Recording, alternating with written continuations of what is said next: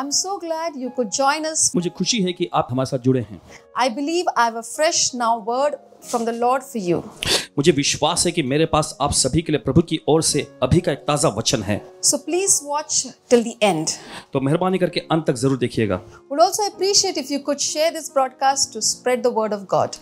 साथ ही हम सराहना करेंगे कि अगर आप इस प्रसारण को परमेश्वर के वचन को फैलाने के लिए साझा करेंगे तो। During this pandemic, each one is concerned about our physical fitness. और इस महामारी के दौर में हर कोई जो है अपने शारीरिक तंदुरुस्ती के विषय में फिक्रमंद है। Most of us are taking the necessary vitamins, eating the right food and exercising to boost our immunity. हम में से अधिकांश लोग आवश्यक विटामिन ले रहे हैं, सही भोजन कर रहे हैं और अपनी रोग प्रतिकारक शक्ति को बढ़ाने के लिए कसरत भी कर रहे हैं। This is certainly the right thing to do. और यकीनन ये सही चीज है करने के लिए। Please keep going. मेहरबानी करके लगातार करते रहें। But the questions also arises is how often we consider our spiritual health, our spiritual fitness. लेकिन साथ ही ये सवाल भी उठता है कि कितना ज्यादा हम अपने आत्मिक स्वास्थ्य, अपने आत्मिक तंदुरुस्ती के विषय में फिक्रमंद हैं। Why is spiritual fitness so important? क्यों आत्मिक तंदुरुस्ती बहुत महत्वपूर्ण है? Yes, it is important. जी हाँ, ये महत्वपूर्ण है। First, so that we don't lose our strength in the Lord. सबसे पहले ताकि हम प्रभु में अपनी शक्ति और बल को ना गवाएं। Second, दूसरा, so we don't waste away only to find ourselves one with the world. ताकि हम बर्बाद न हो केवल खुद को दुनिया के साथ खोजने के लिए। Third, so that we don't gain unintended weight or baggage we are not meant to carry. ताकि हम अनचाहे भार को या फिर बोझ को न ढोएं जिसे हमें लेने की जरूरत नहीं है। Fourth, so that we don't find our heart unhealthy. चौथी बात यह है ताकि हम अपने हृदय को अस्वस्थ न बना सकें। Turn with me to 1 Timothy chapter 4 verse 7. मेरे साथ निकालिए तीमुथियुस की पहली पत्री उसका चौथा अध्याय 7वां वचन। I'm reading from the Amplified version. मैं एम्प्लीफाइड संस्करण में से पढ़ रही हूँ। Train yourself towards godliness, piety, keeping yourself spiritually fit. अपने आप को ईश्वरत्व, पवित्रता की ओर प्रशिक्षित करें, अपने आप को आत्मिक रूप से तंदुरुस्त रखते हुए।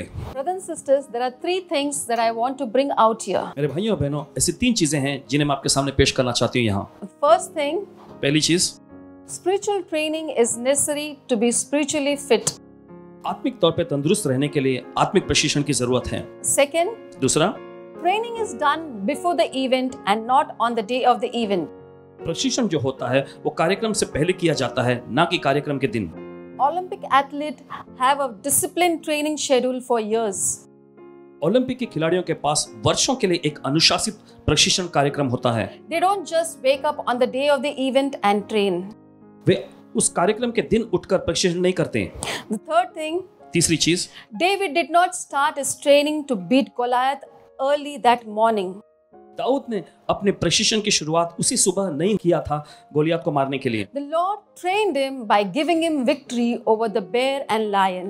प्रभु ने उसे प्रशिक्षण दिया था शेर और भालुओं पर विजय देकर। Brothers and sisters, probably it was here where David learned to throw stones with his slingshot. और भाइयों बहनों, यकीनन यहीं पर दाऊद ने अपने गुलेल से शिकार करने को सीखा होगा। The training might have not been easy. वो प्रशिक्षण भले आसान नहीं रहा होगा, But let me say this.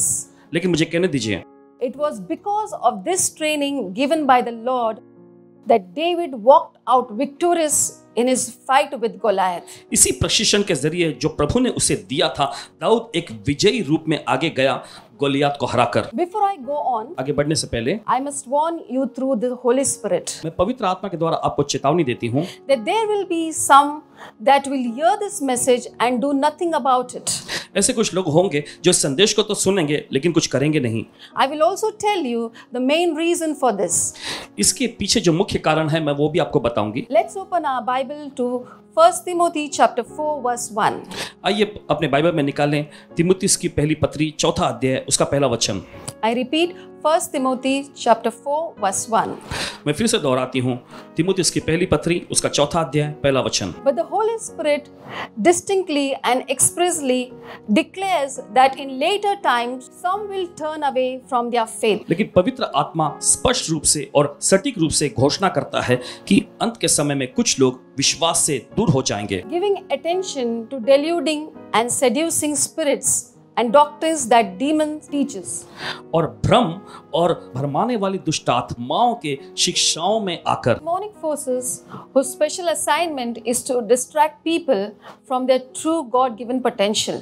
ऐसी दुष्ट शक्तियां होती हैं जिनका विशेष कार्य लोगों को उनकी वास्तविक परमेश्वर द्वारा दी हुई प्रदत्त क्षमता से विचलित करना है। The enemy knows what you are capable of, and so he will try to deceive you. शत्रु जानता है कि आप क्या करने में सक्षम हैं और इसलिए वो आपको धोखा देने की कोशिश करेगा By saying, relax, take it easy, there is enough time. आपसे ये कहते हुए कि आराम करो, आराम से काफी समय बचा हुआ है। If you are to complete your God-given assignment, अगर आप परमेश्वर द्वारा दिए हुए अपने कार्य को पूरा करना चाहते हैं, you need to pay special attention to your spiritual fitness in addition to your physical fitness. तो आपको अपने शारीरिक तंदुरुस्ती के अलावा अपने आत्मिक तंदुरुस्ती पर भी विशेष ध्यान देने की जरूरत है। So spiritual training is vitally important. इसीलिए आत्मिक प्रशिक्षण बहुत ही महत्वपूर्ण है। 1 Timothy chapter 4 verse 8 तीमुथियुस की पहली पत्री उसका 4 अध्याय 8वां वचन brings out the importance of spiritual training. यह आत्मिक प्रशिक्षण के विषय में खास बात बताती है। It says, for physical training is of some value, ये कहती है कि शारीरिक प्रशिक्षण का कुछ मूल्य है, useful for a little, थोड़े के लिए उपयोगी है, but godliness, spiritual training is useful and of value in everything and in every way. लेकिन ईश्वरत्व आत्मिक प्रशिक्षण उपयोगी है और हर तरह से मूल्य के लिए। For it holds promise for the present life and also for the life which is to come. यह वर्तमान जीवन और आने वाले जीवन के लिए भी वादा करता है। From the verse that I just read, you will see the spiritual training is important for two main reasons. जो वचन अभी मैंने पढ़ी, इसके जरिए आप देख सकते हैं आत्मिक प्रशिक्षण की महत्वपूर्णता दो खास कारणों से। Brothers and sisters, the first thing it holds good for this present life. और भाइयों बहनों, देखिए पहला कारण यह है कि यह अच्छी बातों को इस वर्तमान जीवन के लिए थामी रखती हैं। The second, it also holds good for the life which is to come. और साथ ही साथ यह जो है आने वाले जीवन के लिए भी अच्छी बातों को पकड़े रखती है। In other words, दूसरे शब्दों में the spiritual training works in both the physical and the spiritual realm as well.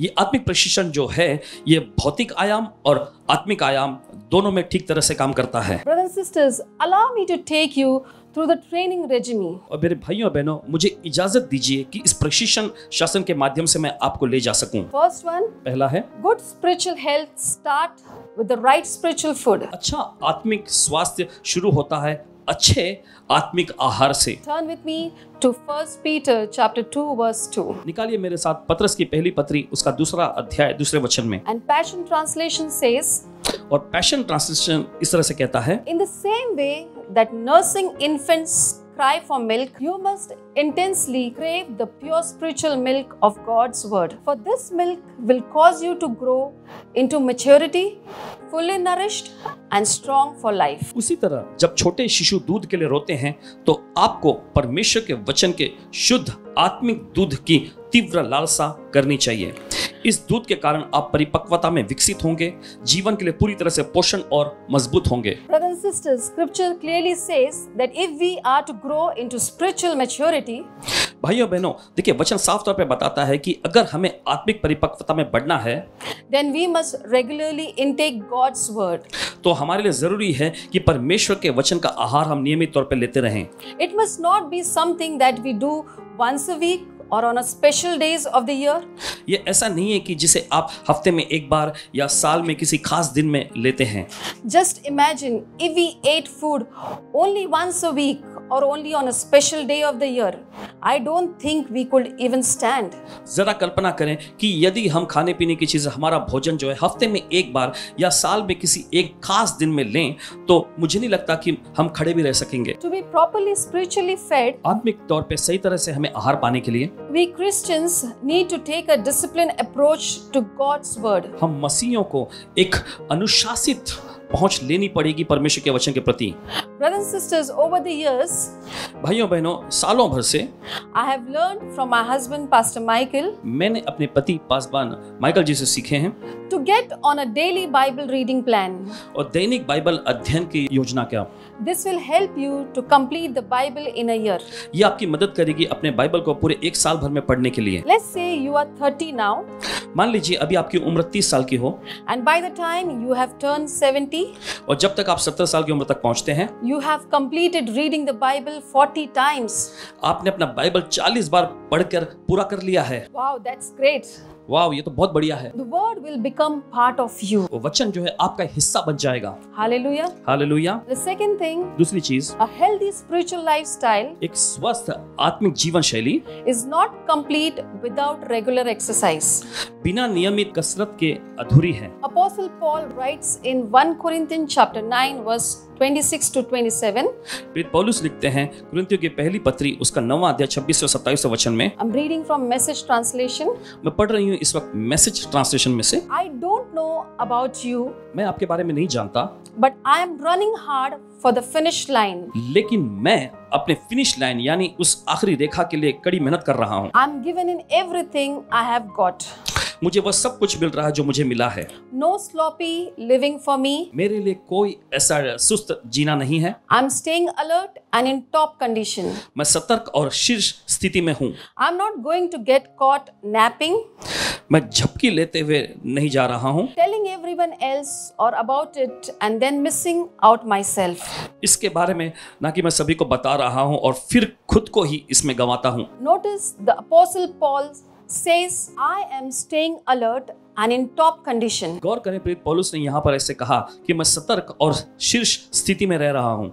Lord Jesus told his disciples, प्रभु यीशु ने अपने चेलों से कहा, stay alert and pray or else you will fall into temptation. सतर्क रहें और प्रार्थना करते रहें, अन्यथा तुम परीक्षा में पड़ जाओगे। Brothers and sisters, भाइयों बहनों, in the realm of the spirit, आत्मा के दायरे में if you are not praying, अगर आप प्रार्थना नहीं कर रहे हैं you will become spiritually sloppy. तो आप आत्मिक रूप से सुस्त हो जाएंगे। Your physical life will soon begin to reflect your spiritual life. आपका शारीरिक जीवन जो है बहुत ही जल्द आपके आत्मिक जीवन पर भी प्रभाव डालने लगेगा। You will say something आप कुछ कहेंगे and do the complete opposite of it. और उसके विपरीत ही कुछ करेंगे। You will be missing out on many things. आप बहुत सारी चीजों से चूक जाएंगे। Prayer is spiritual exercise. प्रार्थना करना यह आत्मिक कसरत है। So if you want to be spiritually fit, तो अगर आप आत्मिक तौर पे तंदुरुस्त रहना चाहते हैं then you need to pray regularly. तो जरूरी है कि आप नियमित तौर पे प्रार्थना करें। Not when you are facing your Goliath. तब नहीं जब आप अपने गोलियत का सामना कर रहे You हो। need to develop spiritual muscles much before you meet your Goliath. आपको अपने गोलियत से मिलने से काफी पहले ही अपने आत्मिक मांसपेशियों को तंदुरुस्त करना है। Brothers and sisters, an athlete who does not train properly might not finish the race or will surely come in for behind those trained months before the race. और भाइयों बहनों, एक एथलीट, एक खिलाड़ी जो होता है, जो ठीक से अगर प्रशिक्षण नहीं लेता है तो वो दौड़ पूरी तरह से नहीं कर सकता, या यह संभव हो कि वो दौड़ से पहले प्रशिक्षित होने वाले लोगों से बहुत पीछे रह जाएगा। Third, spiritual treadmill. तीसरी बात यह है आत्मिक treadmill. Lastly, let me introduce to you the spiritual treadmill. आखिर में मुझे आपका परिचय कराने दीजिए इस आत्मिक ट्रेडमिल से। Turn with me to Jude 20.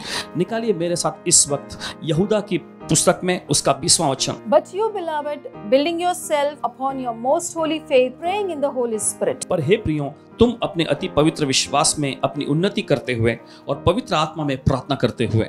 Over the years, I had a privilege to meet many great men and women of God. और सालों भर में मुझे एक महान सम्मान और गौरव मिला है परमेश्वर के महान जनों से, महान सेविकाओं से मिलने के लिए। And brothers and sisters, I have asked them the secret of their spiritual fitness. और भाइयों बहनों, मैंने उनसे पूछे हैं उनके आत्मिक तंदुरुस्ती के रहस्य को। They all had one answer. उन सब के पास एक ही उत्तर था, Praying in tongues as much as you can. जितना भी तुम अन्य भाषा में प्रार्थना कर सकते हो करो। This was the secret of Apostle Paul's effective and explosive ministry. यही तो प्रेरित पौलुस के प्रभावशाली और धमाकेदार सेवकाई का रहस्य था। Wherever he went, the devil was on the retreat. वे जहाँ कहीं भी गए, शैतान दूर भाग गया। Brothers and sisters, भाइयों और बहनों, speak in tongues privately as much as you can. अन्य भाषा में प्रार्थना जितना ज्यादा आप गुप्त तौर पे कर सकते हैं करिए। And wherever you can, it will build your spirit man. जहाँ कहीं भी आप कर सकते हैं करिए, ये आपके आत्मिक मनुष्यत्व को मजबूत करेगा। Lastly, let me say this. आखिर में मुझे आपको बोलने दीजिए, To be spiritually fit means to be right with God and to be right with others and to be right with yourself. आत्मिक तौर पे तंदुरुस्त रहने का मतलब ये है कि आप परमेश्वर के साथ सही संबंध में रहते हैं, दूसरों के साथ सही संबंध में रहते हैं और अपने साथ भी आप सही तरह से रहते हैं। God bless you. परमेश्वर आपको आशीष दे।